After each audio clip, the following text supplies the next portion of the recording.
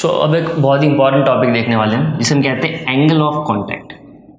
अब angle of contact क्या होता है? एंगल ऑफ कांटेक्ट के वजह से मेरा जो फ्री सरफेस है वो थोड़ा सा चेंज हो सकता है, उसका जो शेप मुझे दिखेगा थोड़ा सा अलग हो सकता है। फ्री सरफेस जैसे कि हमने थोड़ी देर पहले ही डिफाइन किया था, फ्री सरफेस क्या होगा?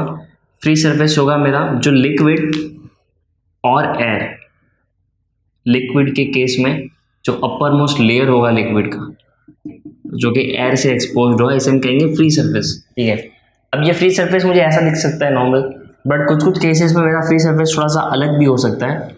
जैसे कि ये वाला एग्जांपल लेते हैं हम, यहाँ पे देखो फ्री सरफेस थोड़ा सा अलग है, दिख रहा है हल्का सा नीचे की, और यहाँ पे आपको ये थोड़ा पार्ट नीचे, ये थोड़ा पार्ट ऊपर है। या फिर फ्री सरफेस उसका उल्टा भी हो सकता है,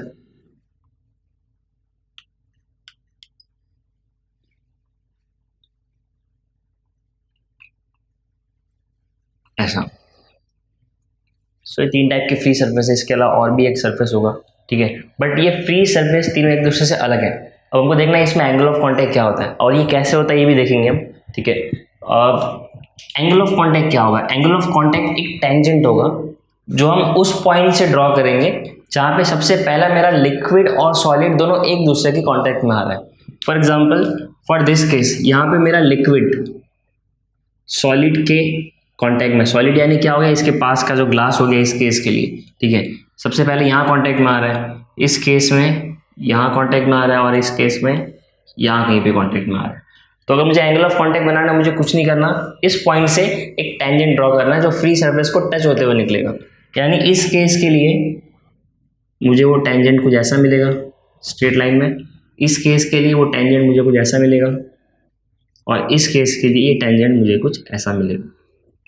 अब एंगल ऑफ कांटेक्ट क्या है? एंगल ऑफ कांटेक्ट मेरा ये जो सॉलिड है और मेरा ये जो हमने जो लाइन ड्रॉ किया, इन दोनों के बीच का जो एंगल होगा इसे हम कहेंगे एंगल ऑफ कांटेक्ट। यानी for example A, angle of contact will be 90 degree, जैसे इनको दिख रहा है। बट फॉर एग्जांपल बी, मेरा एंगल ऑफ कांटेक्ट यानी ये सॉलिड और ये जो हमने टेंजेंट ड्रॉ किया, इन दोनों के बीच का एंगल, तो आपको जैसे कि दिख रहा होगा ये एंगल मेरा एक ऑब्ट्यूस एंगल है। तो इस केस के लिए मुझे एक ऑब्ट्यूस एंगल ऑफ कांटेक्ट मिलेगा। और जो एग्जांपल सी है, इसके लिए मुझे जो एंगल ऑफ कांटेक्ट मिलेगा वो कैसा होगा? एक्यूट। सो आई होप आपको क्लियर एंगल ऑफ कांटेक्ट क्या होता है। एंगल ऑफ कांटेक्ट कुछ भी नहीं होता, अलग अलग सरफेस के बेसिस पर जो उसका शेप है वो हम एंगल ऑफ कांटेक्ट के बेसिस पर डिफाइन कर सकते हैं। जैसे कि अगर वो एक्यूट है तो आपको सरफेस कुछ ऐसा मिलेगा, अगर वो ऑब्ट्यूस है तो ऐसे ऊपर की ओर मिलेगा, और अगर वो 90 डिग्री है तो आपको प्लेन सिंपल स्ट्रेट सरफेस मिलेगा, स्ट्रेट लाइन में ऐसे।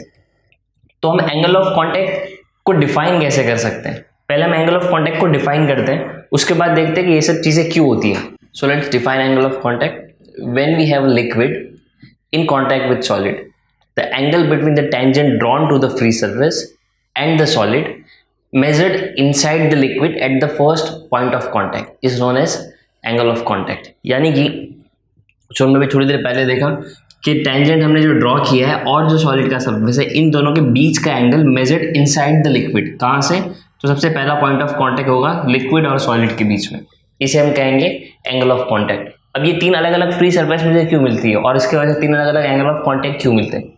तो उसके पीछे कहीं ना कहीं कोहेसिव और एडिसिव फोर्स दोनों का रोल पे है। जैसे कि अगर इस केस में हम देखें तो कहीं ना कहीं कोहेसिव फोर्स यानी कि इस मॉलिक्यूल को जो फोर्सेस अंदर की ओर खींच रहे होंगे अपनी साइड, यानी वाटर के मॉलिक्यूल्स, बाकी वाटर के मॉलिक्यूल्स इसे ट्राई करेंगे अपनी साइड पुल करने due to cohesive force. On the other hand यहाँ पे दूसरी साइड जो सॉलिड के मॉलिक्यूल्स होंगे वो उसे ट्राई करेंगे अपनी साइड पुल करने एडिसिव फोर्स के वजह से। तो इस केस में कोहेसिव फोर्स और एडिसिव फोर्स, इस साइड इसको मैं लिखता हूँ एडिसिव फोर्स FA, और अंदर की ओर जो लिक्विड से पुल करने ट्राई कर रहे हैं इसे मैं लिखता हूँ FC। ये कहीं ना कहीं प्रॉपर्ली बैलेंस है, इसलिए मुझे ऐसा एक स्ट्रेट सरफेस मिल रहा है। That means for this case force of adhesion and force of cohesion are equal. But इस केस में ऐसा नहीं है। जैसे कि आपको दिख रहा है यहाँ पे जो मॉलिक्यूल जो यहाँ पे होना चाहिए था वो मॉलिक्यूल यहाँ से थोड़ा दूर जा चुका है। क्यों दूर जा चुका है? क्योंकि यहाँ पे जो वाटर के मॉलिक्यूल थे उसने उसे अपनी तरफ पुल कर लिया। यानी इस केस में जो फोर्स ऑफ कोहेशन था उसकी वजह से ये मॉलिक्यूल यहाँ पर शिफ्ट हो चुका है। और दूसरी साइड जो फोर्स ऑफ एडिशन था वो यहाँ पे कम पड़ रहा है, जितना होना चाहिए उतना नहीं है कंपैरेटिवली। तो इस तरफ जो फोर्स पुल कर रहा था एडिसिव फोर्स, और इस तरफ जो फोर्स था फोर्स ऑफ कोहेजन, यहाँ के मॉलिक्यूल को, इन दोनों में ज़्यादा डोमिनेट कौन कर रहा था? इन दोनों में ज़्यादा डोमिनेट कर रहा था मेरा force of cohesion. So force of cohesion is more than force of adhesion for this case. और ऐसे केसेस के लिए अब मुझे कुछ ऐसा सरफेस मिलता है और एंगल ऑफ कॉन्टैक्ट कितना मिलता है? Obtuse, more than 90। बट यहाँ पर सेम सिचुएशन बट थोड़ा उल्टा होगा कि आपका जो फोर्स ऑफ एडिशन होगा, यानी यहाँ के जो मॉलिक्यूल्स होंगे सॉलिड के, उनका जो फोर्स होगा वो कंपैरेटिवली ज़्यादा होगा फोर्स ऑफ कोहेजन से। तो इसकी वजह से देखो ये मॉलिक्यूल यहाँ के बाकी के मॉलिक्यूल्स को भी ऊपर की ओर अपनी साइड खींच रहा है। सो इस केस में फोर्स ऑफ एडिशन जो होगा वो फोर्स ऑफ कोहेजन से ज़्यादा होगा। अब इसके एग्जांपल्स क्या हो सकते हैं? ऑब्ट्यूज एंगल ऑफ कांटेक्ट मुझे मिलता है मर्क्यूरी में या फिर ऐसी चीज़ों में जिसका सरफेस टेंशन बहुत हाई होता है, तो मर्क्यूरी से गुड एग्जांपल। यहाँ पे ये मुझे मिल सकता है केरोसिन में, वाटर में और बहुत सारी जगह पर। So this is how angle of contact work. अभी हमको इसको थोड़ा और डिटेल में देखना है कि एग्जैक्टली ये कैसे होता है और कौन से फोर्सेस रोल प्ले में आते हैं।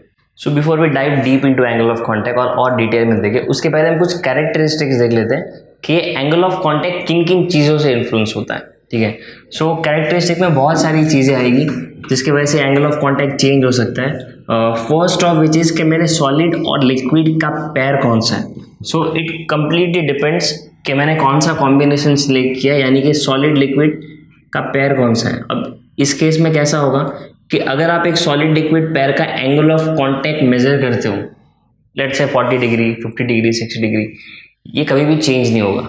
इसको आप कहीं पर भी लेके जाओ, ये आपको हमेशा कांस्टेंट मिलेगा। दैट मीन्स लेट्स से अगर मैं ये सेम एग्जांपल लेता हूँ ग्लास के साथ, ग्लास और अंदर लेट्स से मैंने कोई लिक्विड रखा हुआ है। अब मान लो इन दोनों के बीच मुझे एंगल ऑफ कांटेक्ट मिल रहा है, let's say this is around 40 degree, चलो उससे थोड़ा कम लग रहा है but let's say around 40 degree. So ये 40 डिग्री का जो एंगल ऑफ कांटेक्ट होगा वो ये पर्टिकुलर पेयर के लिए, यानी लिक्विड L और सॉलिड S के लिए हमेशा मुझे 40 डिग्री ही मिलेगा। दैट मीन्स अगर मैं इस ग्लास का शेप क्यों ना चेंज कर दूँ, ये बीकर थोड़ा लंबा क्यों ना कर दूँ या फिर ये किसी और टाइप के बीकर के अंदर क्यों ना रख दूँ, बट जब भी मुझे सॉलिड लिक्विड पेयर का एंगल ऑफ कांटेक्ट मिलेगा वो हर बार मुझे कितना मिलेगा? 40 डिग्री ही।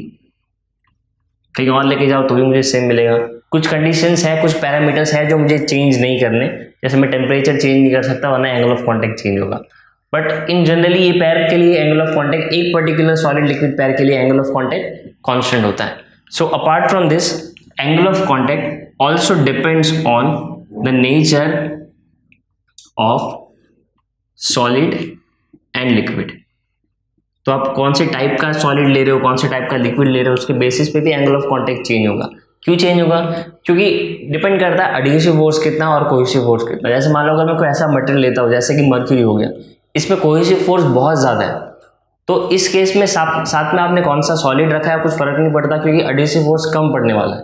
और मान लो अगर मैं कोई ऐसा वाला सॉलिड लेता हूँ जिसका एडहेसिव फोर्स बहुत ज़्यादा है, या फिर मैंने ऐसा लिक्विड लिया जिसका कोहेसिव फोर्स बहुत कम है, तो इस केस में एडहेसिव फोर्स वाला जो सॉलिड होगा उसको डोमिनेट करेगा। जैसे कि वाटर और प्योर वाटर और ग्लास का एग्जांपल है। इस केस में एंगल ऑफ कांटेक्ट बहुत कम होता है, इतना कम होता है कि आप एंगल ऑफ कांटेक्ट को नियरली इक्वल टू 0 ले सकते हो। अब आप इसको विजुलाइज कैसे करोगे? एंगल ऑफ कांटेक्ट अगर 0 हो गया तो कैसा दिखेगा? तो वो आपको कुछ ऐसा दिखेगा कि उसका जो सरफेस है वो उसको ऑलरेडी वेट कर चुका रहेगा थोड़ा सा सभी जगह पे, और उसके बाद आपको थोड़ा सा फिल्म आके देखने मिलेगा। ऐसा आते हैं इस पे भी, बट इन शॉर्ट सॉलिड और लिक्विड के नेचर पे भी डिपेंड करता है मेरा angle of contact. Apart from that जब भी टेम्परेचर चेंज होगा एंगल ऑफ कांटेक्ट भी चेंज होगा। That means angle of contact depends on temperature, आसपास टेम्परेचर कितना है उस पर भी मेरा एंगल ऑफ कांटेक्ट डिपेंड करेगा।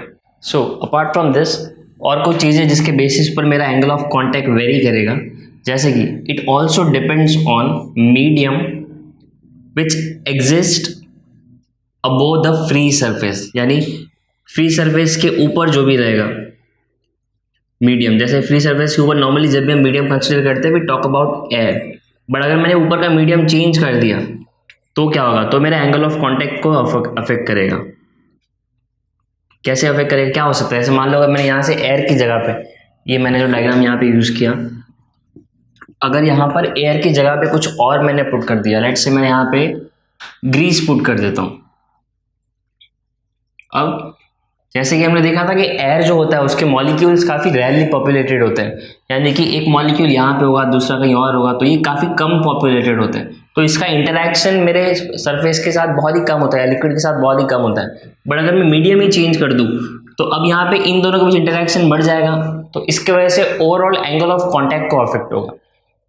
एक और चीज़ है जिसकी वजह से मेरा एंगल ऑफ कॉन्टैक्ट चेंज हो सकता है, that is if there is any impurity within the liquid, यानी कि अगर मैं ये लिक्विड के अंदर कोई इम्प्योरिटी इंट्रोड्यूस कर दूँ that can be either over the surface, यानी कि सरफेस के ऊपर या फिर सरफेस के अंदर, अगर वो सॉल्यूबल है या इनसॉल्यूबल है फर्क नहीं पड़ता, अगर वो मिक्स हो जाता है, लेट्स से मैंने इसके अंदर सॉल्ट भी अगर डाल दिया उसे मिक्स हो जाएगा, सॉल्यूशन बन जाएगा, but still I will count that as an impurity. What is impurity?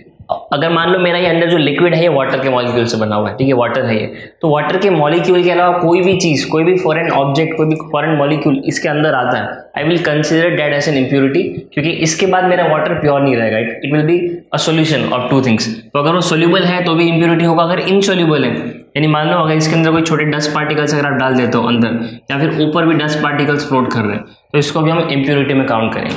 So this are the 5 things जिसके बेसिस पर मेरा एंगल ऑफ कॉन्टैक्ट चेंज होगा। सो अभी लास्ट हमने देखा वो था मेरा impurities. First is solid liquid pair, कौन सा पेयर आपने सिलेक्ट किया है वो हमेशा कांस्टेंट रहेगा एक पर्टिकुलर पेयर के लिए। Second is nature of solid and liquid, again solid कौन सा चूज कर रहे हो, लिक्विड कौन सा चूज कर रहे हो, क्योंकि सबका अलग एडेसिव और अलग कोहेसिव फोर्स होता है। Next is temperature, temperature vary करेगा तो आपका एंगल ऑफ कॉन्टैक्ट चेंज होगा। Medium which exist above the free surface, air की जगह मान लो मैंने ऑयल डाल दिया या फिर ग्रीस डाल दिया, अगर मैं मटेरियल चेंज कर रहा हूँ ऊपर का, फ्री सरफेस के ऊपर का, तो वो एंगल ऑफ कॉन्टैक्ट चेंज होगा। एंड लास्ट इज इम्प्योरिटीज, अगर आप कोई भी इम्प्योरिटीज इंट्रोड्यूस करते हो तो आपका overall angle of contact change हो सकता है।